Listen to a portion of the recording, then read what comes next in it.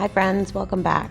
So this is just a quick video of our neighbors and how they use the land for their livestock.